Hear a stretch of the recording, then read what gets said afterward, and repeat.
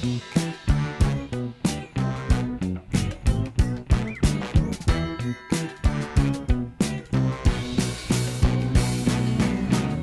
my name is Ralph and welcome back to the channel. It's my time, let's go. Today we're going to be working away on this shovel head and we're going to do some stuff to the valves I think today and make a few cuts and see where we stand. Because we're putting a little bigger cam in this bike and these are 80 to 81 heads, we have to be careful with our spacing to see. Now, I don't have a Troc tool checker. I mean, there are other things that I can do to check it, but I'm tempted to make one now for this shovel head, and I have some other heads that I need to do. So I may go along and do that.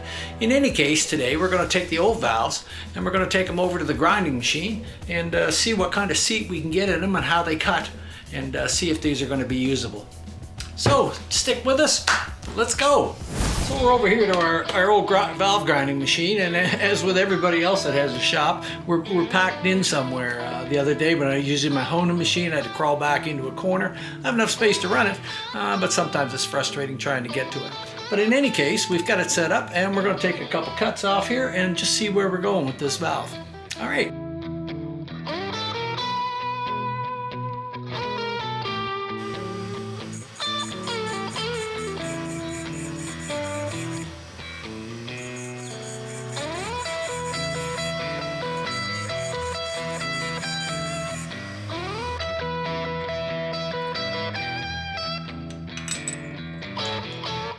And there we go.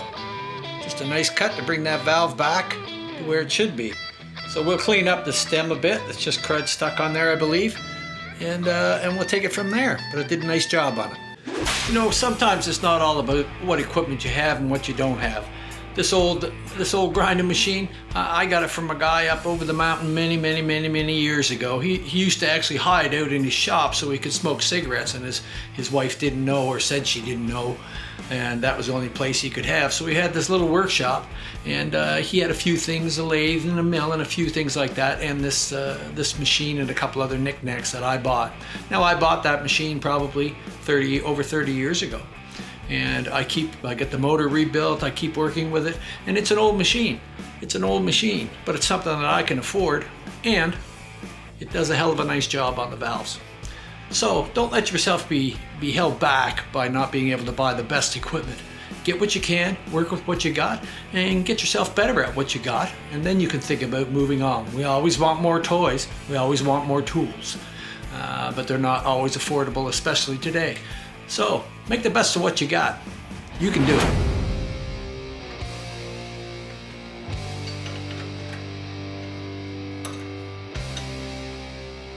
Make sure to tighten it good in all three spots around the chuck so that things get squared up. You just stick it in there and crank one on it. You can't pull it to one side, so I like to make sure I go around all three, staggered around it, and get what I can out of it. That way it should allow me a nice clean cut. Valves are always worn a bit, especially when they've been in there for a while like that, but a lot of times they can be resurfaced and reused.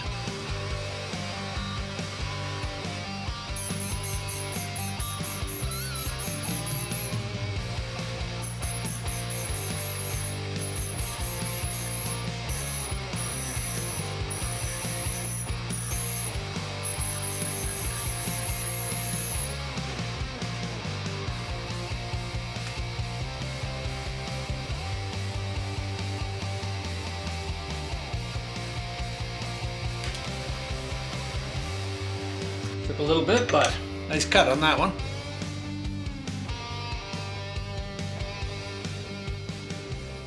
I'm happy with that. Took a little tiny bit more than I thought. Sometimes there's not much of a margin on these intake valves, but I still have a margin around there, so it looks good. We'll know when we go to seat it in and cut our seats. A couple more to go, and that'll be done. And I know there are those ones out there that are going to say, oh, we should have some liquid on there. I don't run them long enough to get them hot. Matter of fact, I can take this valve that just came out and I can hold it here. Yes, it's warm in my hand, but it's not hot at all.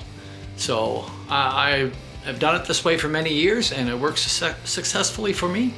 And I'm just passing on what I do. I'm certainly not saying you do that, but it's worked for me. And like I say, I don't let them get hot.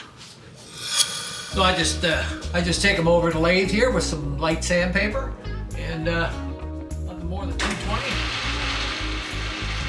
To get the grit out of the bottom.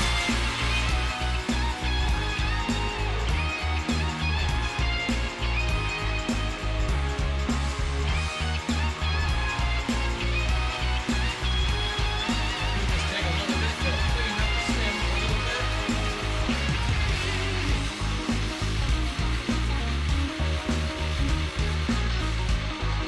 This is like 320. So I'm not taking any material off. Just cleaning it up.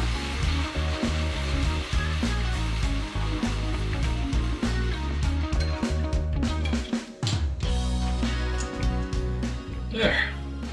Check this exhaust one out here. Did have a lot of carbon buildup on it.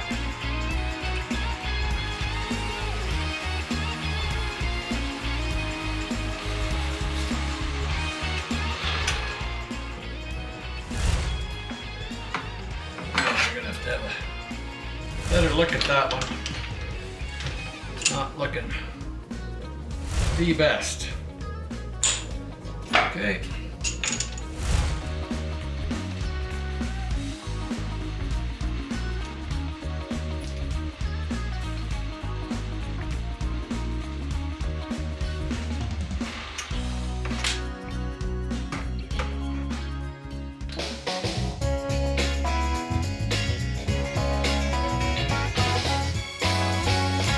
So what we're going to do now is try to repair Gus's oil pump. This bike just continually had oil running through it. We did have a problem in the breather hole, which did create a problem for excess oil in the cam cover. But when we examined the oil pump and we looked down in this tower, not the tall tower, which has the plunger in it, this tower here, and this one has the ball and the spring in it. And when we look down inside, it's supposed to be a nice round seat. And instead of that, we got about 3/4 of a seat and then black area there. Well, that black area is burnt oil or debris or whatever that caked up. And what that does is hold the ball up. So the ball can no longer seat on the seat like it's supposed to. And it's a very light spring in there anyway, and the oil tank is gravity feed. So it doesn't take much to hold that ball up, and then we have a problem. But today, we're gonna show you how you can fix this, hopefully fix this problem. All right, let's go. Yeah, got the eyes on so I can really see now. When I'm looking down in this hole for this oil pump, there's supposed to be a round seat, completely round all the way around. This appears that there's a chip out of it on one side. And the more I look at it and get down in there, it's hard to see, but it appears like a part of the seat has actually broken away. Which means that this pump is no good. But we're going to try and show you how to repair one of those. Not that seat, because I think that seat has had it in there. The little check ball here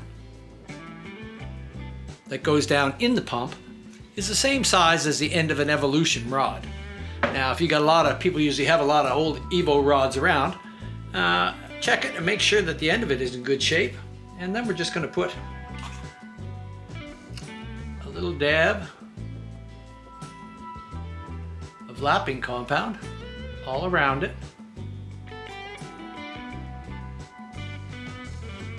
Then we're going to stick the rod down inside the tower of the pump, and we're going to use it in a spinning motion, like a lapping motion. Put it right down on the seat. We've set the pump up nice and straight with a ruler so we know we're straight up, and we try to keep this as straight as we can, and we do it just like that, as if we were lapping a set of valves.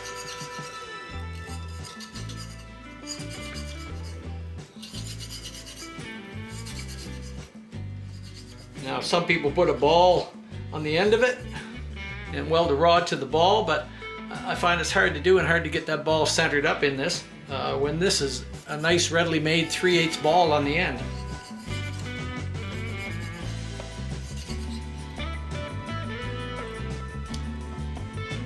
And that should do it.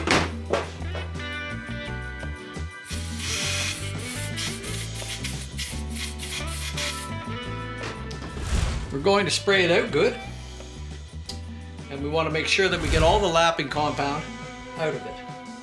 And it appears we have a nice seat around there, but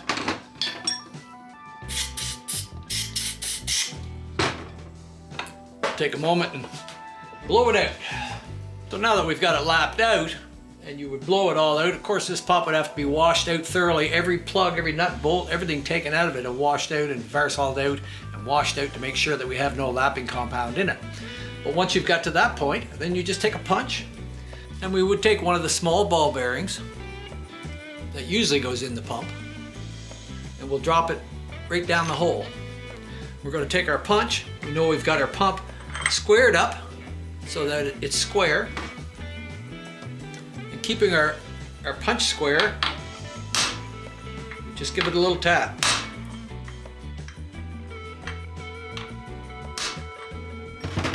That's all it should take.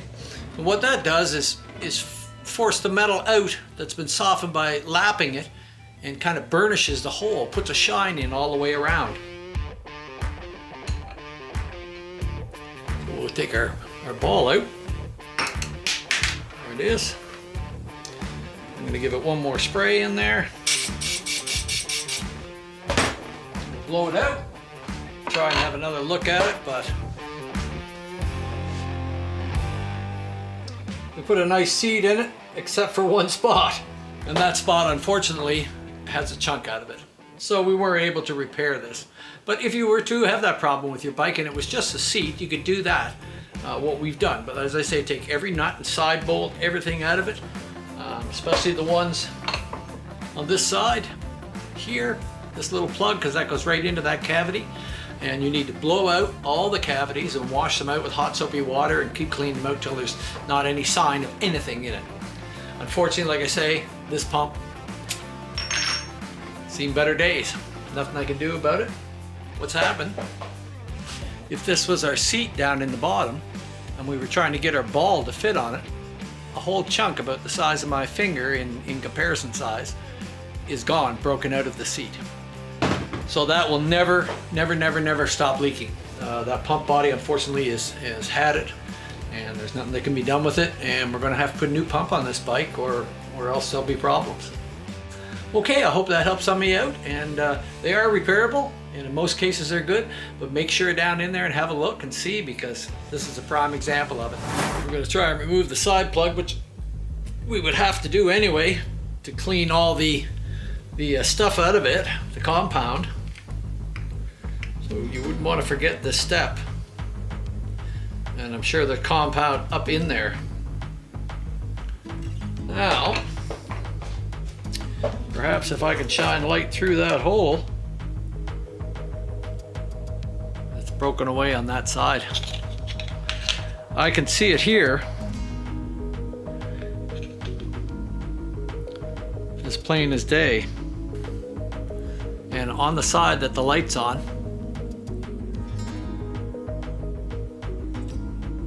you may be able to see that it's broken away in there. It's hard with the shadows, but it is the seat that's way down inside. It's blatantly obvious to see looking from the outside that this pump is shot. So, just another thing, and explains why the oil was just running through it with non-stop. Okay, on to another part of this motor. Never dull.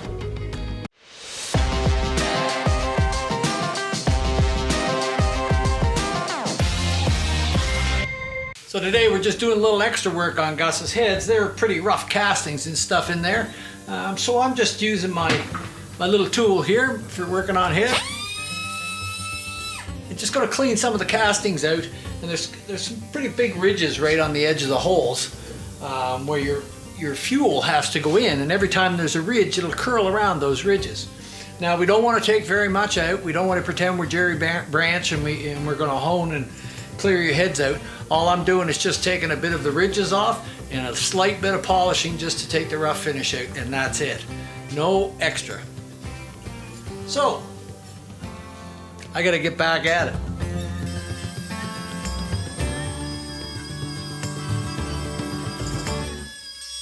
Just taking some of the casting marks out. Just lightly. Just enough. Try and create a smooth surface. We've got the majority of that little ridge line out. Like I said, we're just cleaning things up.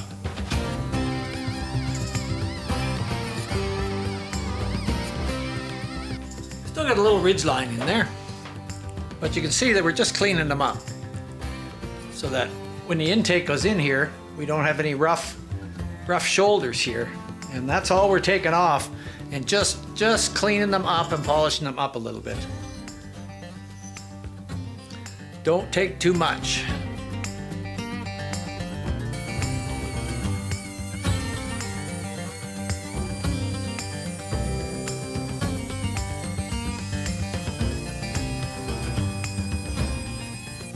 So like I said, we're just trying to clean them up a little bit. You can see what we have here, and if you put your finger in here, when the exhaust makes its way out this port, then there's a ridge right here, a solid ridge all around, which exhaust will hit that and then curl into your exhaust and not go out the way it should. Some heads were like this, especially these 81s and stuff. They had quite a ridge in them. What we're trying to do is just take the ridge off. And if you could feel in here, you'd feel that there's no edge now. I know it looks like there's an edge there, but there's no edge from the port. And all we've done is basically take that ring off and just polished around a little bit inside. Same as this. We've really not removed much material out of this. We've just cleaned it up. And again, took off the rough edges that were here. And then we'll finish up with just some of my polishing discs. But there's what you could see on the other one. It's quite a ridge. Probably 1/8 of an inch. So we're just going to clean that up. Airflow is airflow. Any corner that it has to hit, any interference is going to cause turbulence for it to not flow through. It'll just curl around and you'll get all kinds of turbulence there. Of course, not critical in an old shovel like this, but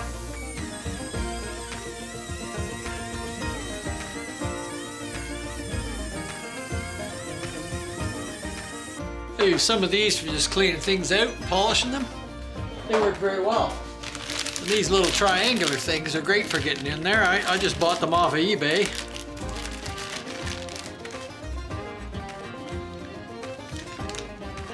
And that's what they look like. And they'll take some material off.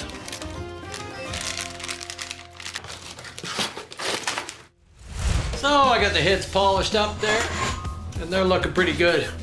I'm happy with them. Like I say, it's not Jerry Branch, but you just want to clean them up a little bit. Any little bit of airflow helps these big Hemi heads, and it can't hurt at all. So I just put the extra time in there to try and make them right, or what I would do for my own. All right, well that'll about do it for today. Hope you enjoyed this. If you did, like, subscribe, ring the bell, do those kind of things. It helps our channel to grow, and we're growing. Have a great day.